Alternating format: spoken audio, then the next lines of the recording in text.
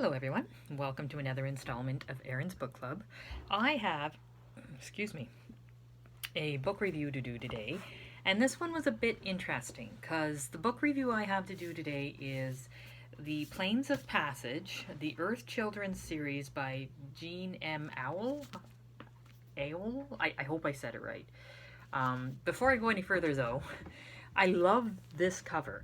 I have, I think, two different covers for the few books that I have of this series, and this is one of my favorites. I like the symbolization of it. I also am really enjoying the mass market paperbacks. I'm enjoying reading these because I don't really have to worry so much about damaging them. They're nothing really special. They fit everywhere. They're a quick, easy thing to open and read. Really enjoying them. That being said, let's get into the story.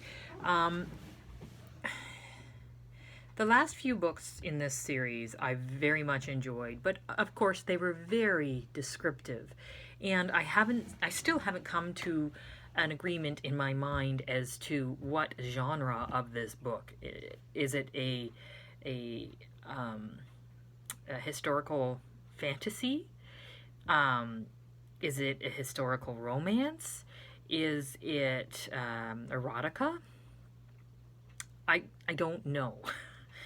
But it's very descriptive, and this one especially I found very hard to focus while reading it because there's many things going on in my life right now, and I really didn't want to read about what plants grow in the area that the main character is going to use to heal people, whereas I would usually be all over that. That would be my jam. It just wasn't this time. But I didn't want to stop reading it because I do really enjoy the story. So, what I ended up doing was finding the audiobook version of this on YouTube. In fact, I think she has a YouTube channel where the audiobook is on here. So I could load up my Sims or load up my other games and play onto this book, and I whipped through it way faster than I know I would have read it on my own. So that basically saved the read for me. I do have to say this was one of the hardest ones to get through, mostly because it was all traveling. And I think that's the whole point of the book. She wanted to describe the monotonousness. I don't even think that's a word. But she wanted to really point in the monotony of it, to the point where I was sick of traveling and I hadn't even traveled. I was intrigued with the aspect of the different people that they were associated with and their reactions to the animals. I really, really enjoyed it when they went to the camp where the one that ran the camp was absolutely crazy, and in a bid to get revenge for her past, she basically ran this clan into the ground. The concept of what would work to save them from that was pretty gosh darn cool. There is so much in this book on society and how society looks at things and how we behave with things that we feel are beneath us. And I don't even know how to describe it, but what happens in these books is happening now in society, of judgment of people that you don't even know because the decisions they made based on their past that is completely different and not at all like your past.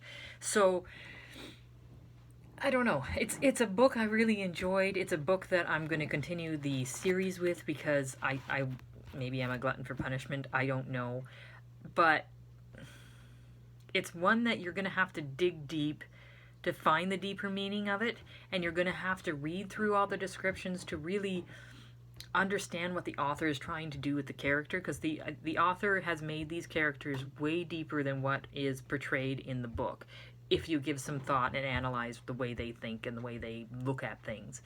I still have to say that John Ladar pisses me off. I would never mate him. He's a controlling, obsessive, almost whiny person that feels as though there was a good line in this book. He said something to Aya along the fact of, I couldn't live without you.